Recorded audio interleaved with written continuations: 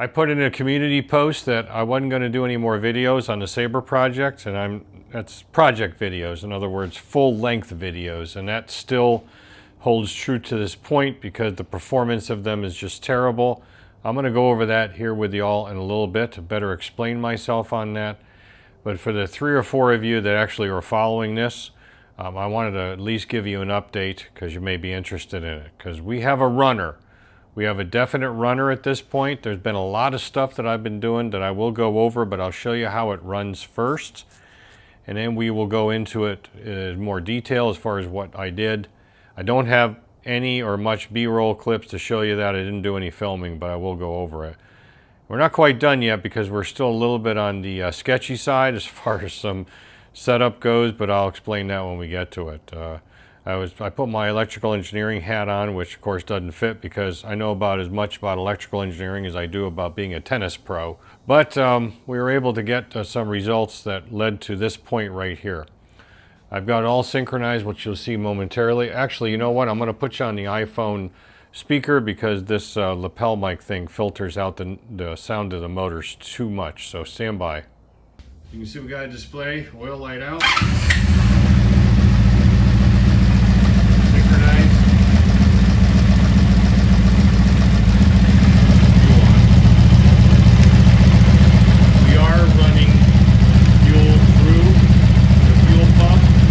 This fuel cock, the fuel filter, the fuel pump goes to the carb. So this would be the inlet from the tank. So we're essentially mimicking the setup if it had a gas tank.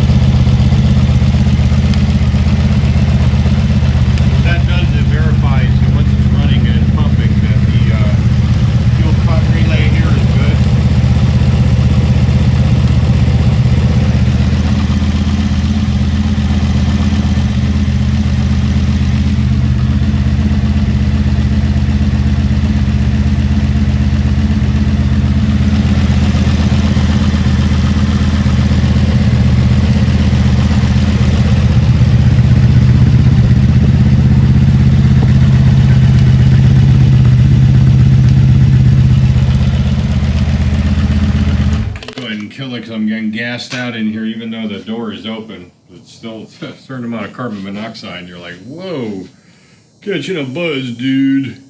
Alright, I'm going to shut this off, and not that it matters, a fuel pump bike, it's not going to bypass up to the carbs, but good practice.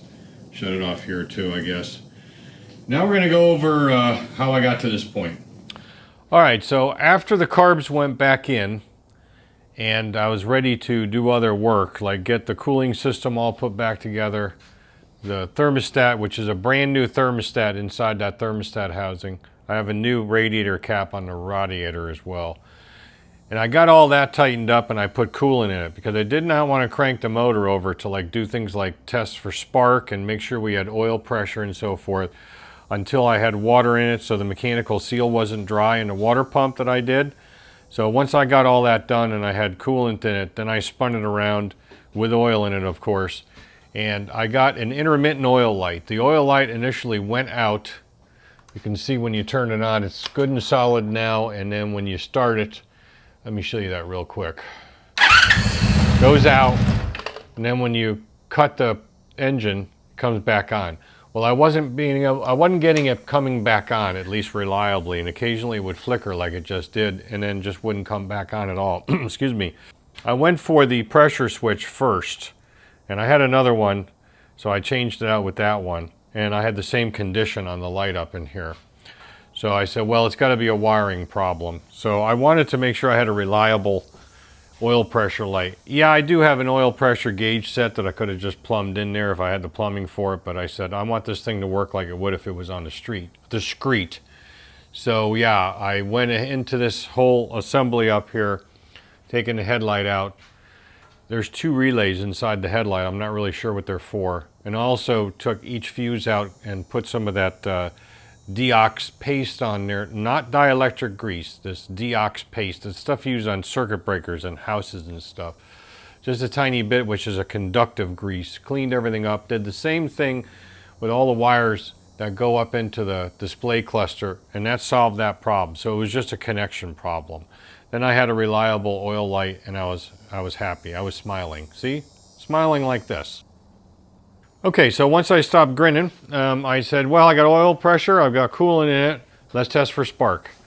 And that's where things went a little bit awry. Now, we have to go back in time a little bit. And you remember in the first video, I mentioned that the spark plug wires were changed and there was new spark plugs in it.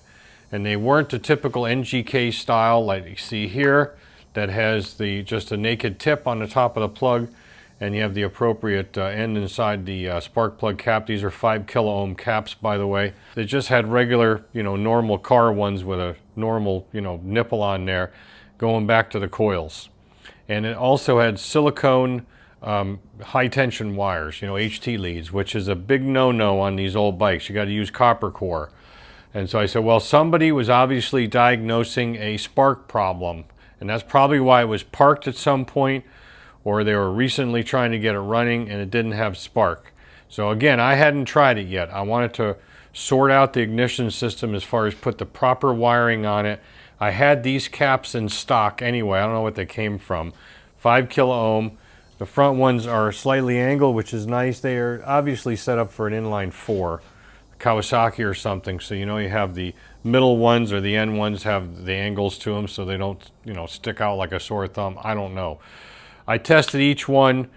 The 5 kilo ohm resistor in it was fine. These look brand new, and decided to use these. I had enough black copper core, which is leftover 7 mil from Dynatech, but I didn't have enough of it to run to the front. I did have a bunch of Axel copper core 7 mil, but it's yellow. So I just run it to the front. You can see a little yellow in that one right there, and just put some lume on it. So we had copper core, and I did the appropriate tests on the coil you got to do it with the HT leads hooked up with the appropriate caps on because it's supposed to be 25 kilo ohms across the HT side. In other words, the secondary coil in these coils, the secondary windings rather, and 3 ohms on the primary. So this coil and that coil both had 3 ohms on the primary, like dead nuts 3 ohms. And then once I put these caps on, I had almost dead nuts 25 kilo ohms between the 2 HT leads to test the secondary windings. The only thing about these coils are that somebody had this back one wrapped up with electrical tape. There are huge cracks on the underside of this, the hot side of it, if you will, where the heat's coming up, in the plastic. Big cracks. And so they were just taping them up. But that was just, I think that's just the material on the outside of the coil, kind of shrinking over time. And so all I did was I took some seal oil, that gas tank sealer, and pasted it on there and let it dry, and that seals it off fine. Now, I can't find any coils for this anyway. You can get aftermarkets, but I'm having a hard time even finding them in the aftermarket area. With these coils testing good, I mean, the numbers don't lie. I tested them several times to make sure because I'm like, why did they change this out? So once I got that done, I said, okay, let's crank it and test for spark. I had spark on 2 and 4 up front, and I had 0 on 1 and 3 in the back. This is the 2-4 coil. This is the 1 and 3 coil. I said, what the hell? So I tested it again, and the coils are good. So I said, well, this is either a pickup coil problem down on the right side of the motor, or we do have a problem with one of the IC igniters. Okay, so at that point I kind of put my thinking cap on and just put that to the side. I know I don't have any spark on 1 and 3, so I'm not going to be able to run it. So I said I'm going to have to do some testing. So the first thing I did was, because there's really no way to test the IC igniter, the box itself. The service manual says if you have proper measurements on your coils and you have proper measurements on your pickup coils, which are right behind here, the 2 coils, then you have a problem in your IC igniter, and the only way to test it is replace it with a good known unit. So that's what I was intending on doing. I actually have 2 ordered from eBay. Remember, one is larger than the other. I'm not really sure why. The one in the front here that normally would go here, I'll explain this in a second. The one that would go here in the front is the smaller of the 2, and that is for the 1 and 3 coils. I just traced the wiring colors back and determined that. So I said, well, let me pull the clutch cover off. So I had oil in it, of course, still. I just leaned it on this side stand up here in the lift, and I pulled that cover off. I thought I had a gasket in stock for it, but I didn't, so I had to order one. And I tested, I can test the pickup coils in situ, just doing the wires, which I did too. I wanted to visualize them, make sure the air gap was good. Everything about the pickup coils tests perfectly fine. They are within range. Is the connector for it is up here actually. I got to clean that up, but this is the connector for it. When you test across the 2 pairs of wires, you're supposed to have 480 ohms plus or minus 10%. So 10% of 480 is 48. And one pickup coil, I think the 2 and 4 pickup coil tested like 490 something, and the one for 1 and 3 tests like 505. So well within tolerance. They're perfectly fine. And the connector's fine, and all the wiring was fine. I actually went through this wiring and took that snakeskin crap off, and then just made sure the wiring was good and just rewrapped it with some loom, just to make sure. You never know, there might be an intermittent break in the wire, but the wiring is fine. So then I had to wait for the clutch cover gasket to come in. While I was waiting for that, I noticed that inside the motor, behind where the oil pump gear is down below and behind the clutch pack, and if you reach your finger in there with the engine ring, just kidding, you can get a bunch of sludge out on your fingers. And I said, well, that's shit from this thing sitting for so long, and you know, humidity and condensation inside the motor and mixing with that oil. So I said, you know what? I got a Sump gasket, the O-ring gasket from Taz at AZV65. I'm just going to pull the Sump. So I pulled the exhaust system off, which was, you know, it was actually delightful to do. Not. Now, all kidding aside, I had to beat this exhaust system off. And the only reason why I was actually able to get it off in the first place was when I had the swing arm off and I was able to get directly in from the back, I replaced those bolts. You can see them right there. There's one there on those clamps because they were super rusted. I said, you know, I'm just going to douse them with some PB Blaster, and it took some time to get those out. They were so frozen, but I did get them out and then just replaced them with some M8 hardware I had on hand. If I had not done that at that time, I would have never gotten these pipes off to do the Sump, because there would have been no way to get in there. There's not enough clearance to get that kind of purchase with the tools I had to use to get that out. So it's a damn good thing I had the foresight to do that. But when you beat these things out, you know, you usually damage the graphite packing. They're like cylindrical deals, graphite packing, that live inside there on the bottom, which is that wider section that's kind of split, the metal. Same as up in here. There's larger ones that go in here on the main pipes to the rear mufflers. And so, well, not rear mufflers, the mufflers. Didn't take these guys off, no need. But I had to obviously separate that because I just took the whole exhaust system down as a single unit just after I unbolted the front. There's also a bolt that goes through underneath here and ties into the bottom of the engine or the frame or something like that. That came out no problem. I thought that would be seized to high heaven, but it wasn't. But beating it out, I trashed those graphite packing on those, and I said, well, I'll just get new ones. They're pretty much unobtainium. I have found something in China that looks like they are the right ones, but I wasn't going to wait on them. I ended up machining some aluminum ones. I said, screw it, I'm just going to put aluminum in. And it's going to be almost impossible to show you, but inside here there is a little space. You can kind of see a little bit if I get the light right. Yeah, if you look down toward the bottom of the screen right there, you can see that there is kind of a wider section above the clamp that's got a split in it. That's the actual pipe on the collector. And then inside of it, that darker section is a ring. That's the ring that's on the end of the pipe. So there's the pipe coming down, and then that shield is the darker, it almost looks like dark green there. So in between that outer pipe and inner pipe, you see a little sliver of what looks like aluminum. And so I made some packing and split it. I made them the exact size that they would be in there to slip over the pipe that comes down from, the headers, if you will. These are headers. With a little bit of allowance for squeezing, so I machined a slot in with a slitting saw on the mill. One of those carbide ones, the 10 thou wide ones. I just staggered the thing off a little bit to make it the right length, the right width to slot. But I ended up turning them on the lathe. I haven't cleaned up the lathe yet. I feel a little embarrassed about this, but I just haven't had a chance to do it. I've been excited to get this thing running. But believe it or not, you're not going to believe this. Sometimes your luck just runs the way it's supposed to run. I have some aluminum pipe. There's a big piece of it right there. Here's a small piece that's cut off that I made those out of.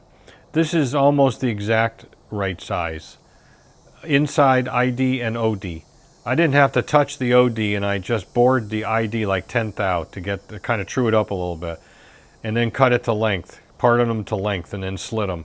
I mean, I didn't have to do any heavy drilling or nothing. I was amazed. I'm like, don't I have some aluminum pipe? Because I originally pulled this piece out. And I said, well, I'll just cut it off. And I said, wait a minute, I got some pipe. So that worked out pretty well. Now, I have some appropriate graphite packing coming from Fleabay. These are plentiful in the aftermarket, these big ones. Those you can't find. But I found a couple of references to the size. They're like 31 millimeter by 42 by, 12 high. And I ordered 4 of them from China. They come out of China. And I'm just going to have them in stock because eventually that exhaust system is going to come off again someday. Because, if this thing proves out roadworthy and shifts good and the engine's still good and doesn't blow up or nothing, my intention is to take this thing right down to the frame eventually. This will be a project on its own that I'll probably not film anything on, and I'll explain more on that later at the end of this video. Well, I'm going to end up stripping this thing down to the frame and kind of redoing stuff, repainting stuff, replacing hardware, and then building it right back up. At that time, I'll simply put the appropriate packing in, graphite packing in. But that works good for now. I'm happy with it. I had, these O-rings that go in here, the packing O-rings for the mufflers. I had 4 of them in stock, so I didn't put 2 in there, but I put 2 up front. And so luckily I had those to work with. I wanted to clean up some of the really bad rust spots on it anyway, down by the collector in the middle, which I did. Proceeded to pull the sump pan out, which was no drama. I had one bolt on this side going up into the block that I really thought was going to snap. And I had to work at that one for a while. Back it out, go in, back it out. And it ended up taking some threads with it. So I galled the threads. So I ended up just running a tap through that one, an M6 tap, and that was okay. It took a bolt okay, not the greatest threads in the world, but it tightened up just fine. The worst case scenario is you check it once in a while, and if it loosens up because the thread pitch is not great for that bolt, then we'll take it out and put some Loctite in it. None of those require Loctite. They don't go straight up into the block, so they don't need to be sealed off, but I didn't put it on at that point. And so I said, we'll do it later if we need to. I can get at that one bolt, I'm pretty sure. That was all dirty and, all scuzzy inside the sump pan. Basically, sludgy stuff, but not like black sludgy stuff. More like, old oil sludgy shit that had maybe some water in it from condensation. Clean that. I cleaned the oil pickup. Oil pickup was almost completely spotless. There was like one piece of rubber gasket goo, which is inevitable on these motors, even from new. That was inside the screen. I douched it with brake clean and cleaned that out and put it all back together.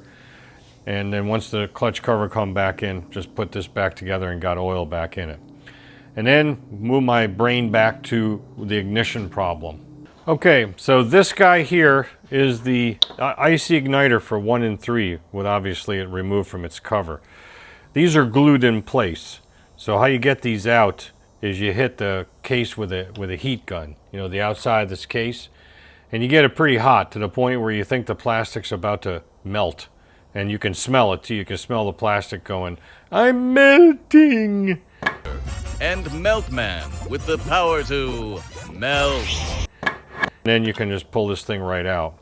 And I took a look at it and I'm like, well, I don't know how to diagnose this electrical equipment like this. You know, it's got all these little caps and it's got all these little doodads, a transistor. And I'm like, well, you know, what I can check is like diodes and things like that.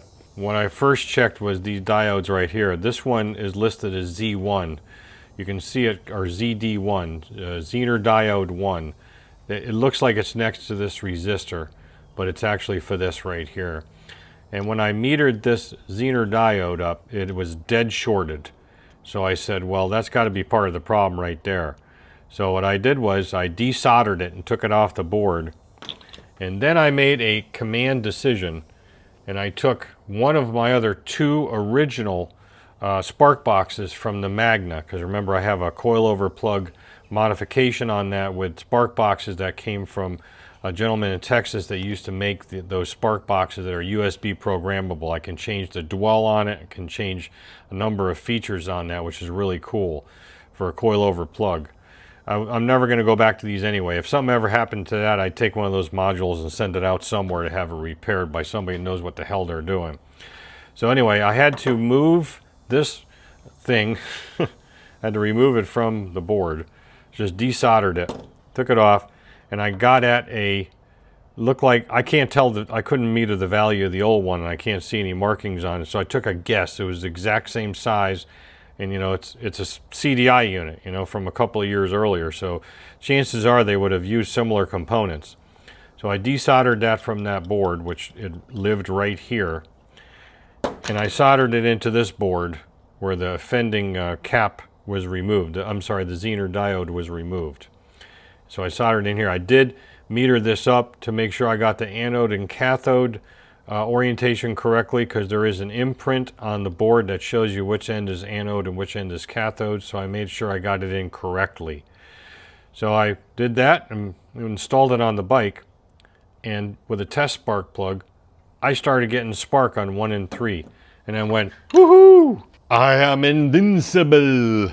Okay, so I shoved it back in the box, just, you know, no glue or nothing, brought it over to the bike, and tried it out. Alright, so I plugged it in right here where this is unplugged now. This is for 1 and 3, the red one's for 2 and 4. And I had all the fuel hooked up like this. Started it up, it started right up, and it was definitely running on all 4 cylinders. I had the carb tune hooked up, and I did see good impulses, but you know, I needed to do some balancing. And it ran for about 20 seconds, and then it just about died. And I'm like, what the hell? What the hell? So at that point, I figured out what happened was, because the fuel pump was going absolutely cray-cray. It was like, brrrr, and I'm like, why is it doing that? Well, like a fool, when I hooked up this fuel filter and I hooked all this stuff up, I actually put the inlet on the outlet of the fuel pump and not on the inlet. So I fixed that. I got some molded hose in there. I just switched them around and got the intake, or the inlet side where it's supposed to be on the fuel pump, started it back up, and it was only running on 2 again, 2 and 4. And it took me a little bit to figure that out, because I'm like, well, I got really crappy intake pulses first off. I had like no intake pulse on number 1 visible, and number 3, this is hooked up in order as far as 1, 2, so the 2 left cylinders, front and rear, and this is the 2 right cylinders, front and rear. So I hooked them up for 1 through 4, not their physical location across, you know, what some guys do. And so 1 and 3 had like no intake pulse, 2 and 4 sucked too. So I said, this thing ain't running on the rears again. Tested it with a spark plug, yep, it was dead. Every now and then, when it was still running on 2 and 4, it would spark. It would give you a spark once in a while. So I said, that effing igniter, IC igniter, is bad. It went bad, and son of a gun. So I am not as invincible as I thought I was. All right, so at this point, I came over back to here, and put my head down, cried for a little while, and then, not really. Well, that's why this is up, so nobody can see me crying. Actually, this stain right here is tears. Okay, this is tears of defeat. It's all over this cardboard, tears of defeat.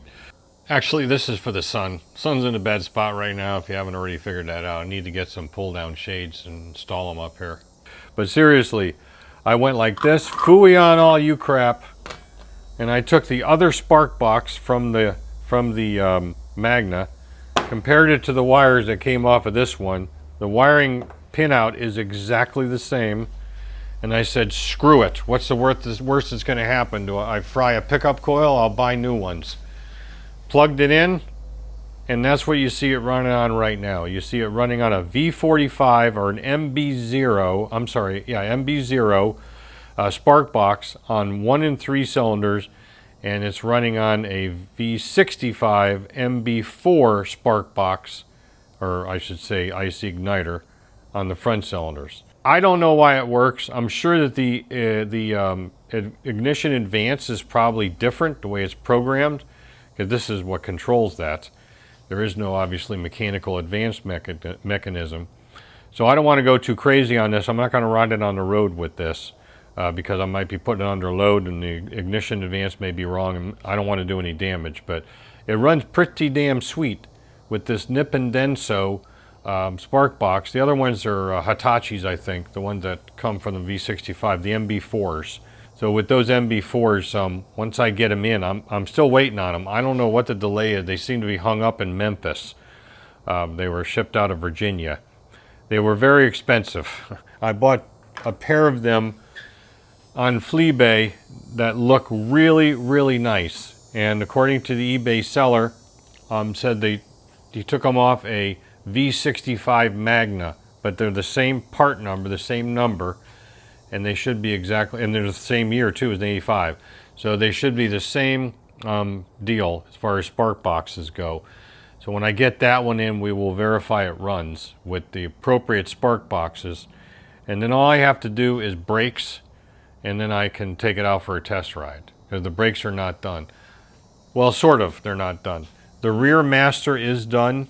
I did that because when the swing arm was off, that is an absolute prick to get back in when the swing arm is in complete situ. The best way to get that master cylinder out is actually with the swing arm displaced, like if you're in the process of taking it out. It is a real bastard to get at. So while the swing arm was half in, I had already rebuilt the master cylinder for the rear, and I stuck it in. So that's all hooked up and ready to go. I have not done the rear caliper, obviously, but I do have a resurfaced disc. This just came in the other day from True Disc LLC up in Michigan. I had sent up 2 discs for a ZRX-12. You see, that's the other thing. In the midst of working on all this stuff, this thing was not on this lift the entire time. It was on and off, on and off. I had a ZRX-12 in here, 1200R. You're not going to believe this, but the owner of this bike is from Wisconsin. And I don't mean that the bike was shipped down to me. He actually trailered a ZRX-12 1200R down to me from Wisconsin so I could work on it, based on the ZRX videos that I have on my channel. He has relatives in the area, so he had a place to bunk out, but I said, well, that's all well and good. We've been coordinating this via email for, I don't know, a month or 2. I had it in here for about 3 to 3.5 weeks, and again, it was a parts thing, waiting on parts, because I had to replace a lot of stuff on that as far as the carburetors and the air intake system goes. The carb holders, the air ducts, this thing was not modified. It has all original air cleaner, air boxes. I had to do some work on the air boxes. There was some busted parts on that, the whole 9 yards. So I fixed it all up for him. The thing rips.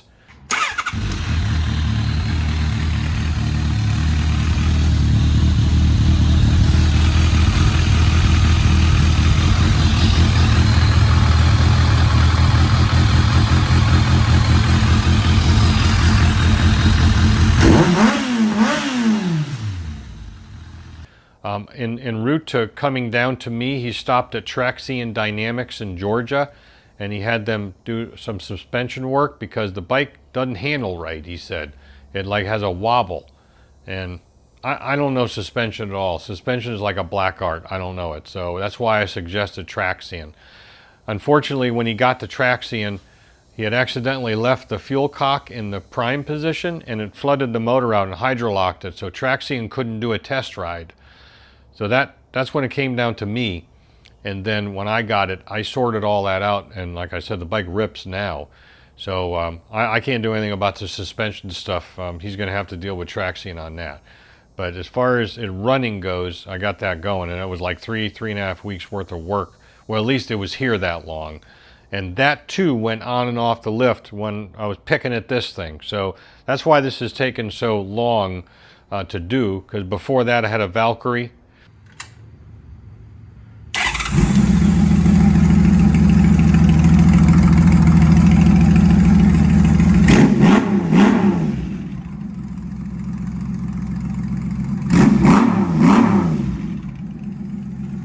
And before that, I had the contraption in for the second time. So this has just taken forever because of this. But it runs, and I think it runs pretty well. Like I said, you already know what we're going to have to do next. Going to do all that off camera. No more videos as far as a feature length goes on doing particular work on this. Maybe I'll bring you back when it's on the road. Maybe I can figure out a way to video it or something. I don't know, but I'm going away on a trip up to North Georgia in 9 days or 10 days now. So I actually have to do some work on this concourse over here and do a little maintenance on it. I'm actually going to install a dash cam system on this. Front and rear camera dash cam system. I got it from Revzilla. I don't even remember the brand or the name or anything. I think that would be pretty cool. That way I can get not only some protection in case some fool does some idiotic movement as far as pulling out in front of me or something, but I can use it maybe to get some footage of riding up there, because being we're going in the fall, you know, the fall color changes are usually pretty awesome as far as Georgia and North Georgia goes. So that's all we're going to do at this point. So I guess that's it. We'll see you next time. Maybe. All right, wait a minute. I need to go over a little bit of business with y'all in regards to why I'm not going to do any more of these full-length videos unless it's a special topic, and that's pretty much the extent of it. I don't know if I'm going to put any more videos up at all, to be honest with you, after this one, because something has happened either with the YouTube algorithm or maybe my content just sucks. I mean, I'll accept that. I'll accept it. If my content sucks and nobody wants to watch it, I'll accept that. But I've been doing it the same way since I started this channel a couple of years, 3-4 years ago, whatever it's been now. And I used to get way more views. The YouTube algorithm has changed, and it's not referring me to anybody. So I put up a comprehensive video on something like this, which I thought this bike would be pretty interesting for a lot of people. And I'm getting 400 views, 400 and change. And that's after it's been on the channel for a week or 2 or 3 or a month. I can't do that. I cannot justify that anymore.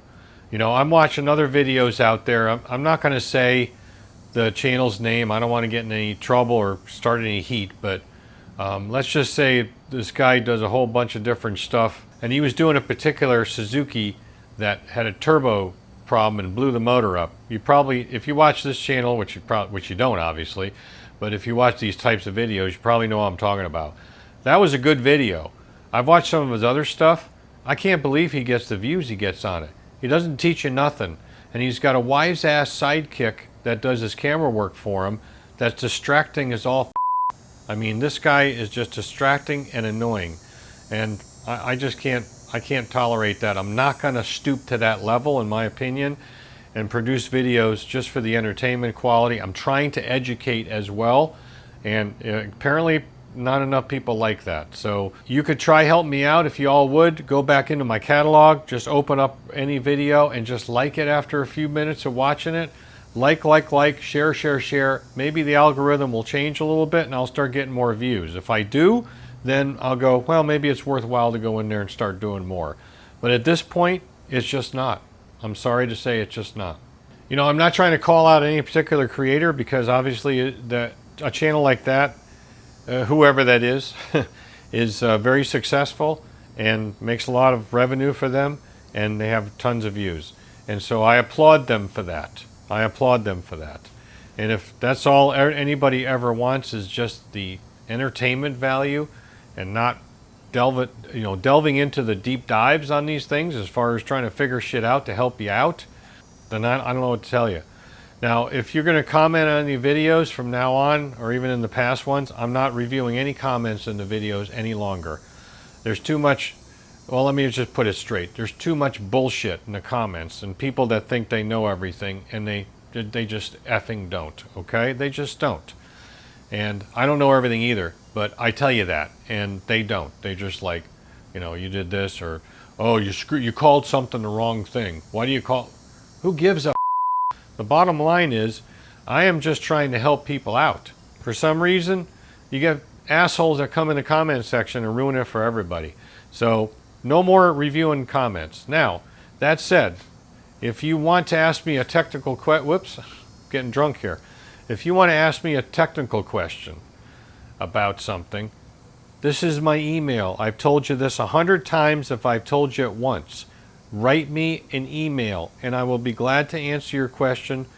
There's no charge for that. I'll be glad to help you out. But don't ghost me, all right? If you're going to send me an email and I send you the information back, please respond that you got it, okay? Because I had this guy, I have those videos on fixing the air compressor regulators. I had this guy write me an email last week. Hey, do you still do that? I'd like to send it down. I'll pay you for it, blah, blah, blah. I said, yeah, sure. I said, but confirm that this is the problem with it, the stripped threads, because another person wanted me to rebuild some other part of it. I don't do that. So I emailed him back, and crickets, nothing. Why do y'all do that? Why do you write me an email and then you don't respond when I respond back? I don't understand that. If you're not going to respond back, don't write me an email. But if you're going to have an intelligent conversation with me or you want me to answer a question, I'll be glad to do it in email form. That's where I'm most comfortable doing it because I can type it out longhand, long form. The comment section is not the place for that. Not nowadays, at least.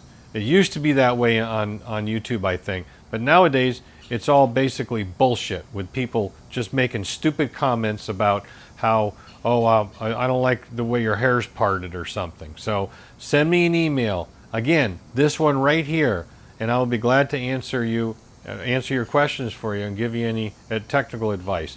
If not, that's fine too. I don't know if I'll ever put another video up on this channel because the views just do not support the amount of work that I have to put into it. Anyway, that's my rant for the end of this video. I rarely ever rant, but this one required it because I needed to explain myself as to why I put that comment in the community section about not doing any more feature length or full length videos on the Sabre project. All right, so now we'll close it out for sure. I hope everybody continues to keep working on these things, and I hope everybody continues to enjoy some of the videos that I do have up, and then I guess that's it. So as always, if you were watching, 3 or 4 of you that did, thanks for watching. And I can't say I'll catch you on next video because, like I said, I don't know if there will be one or not. Hopefully we'll catch you on something. See you then.